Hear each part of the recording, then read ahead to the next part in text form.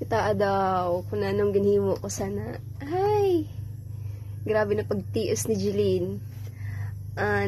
Wara san case. Paka-bend ko san PVC. Triko-triko. O, diba? Ang galing.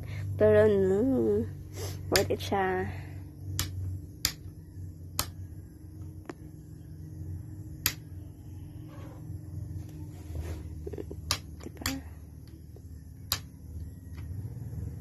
Anakon plywood, buruak.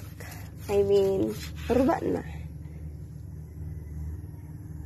Ada ng kalat ko. Na, syempre naka-shoes. Pero ang shoes ko, gisi. Hi. Diba? Makalats na dis.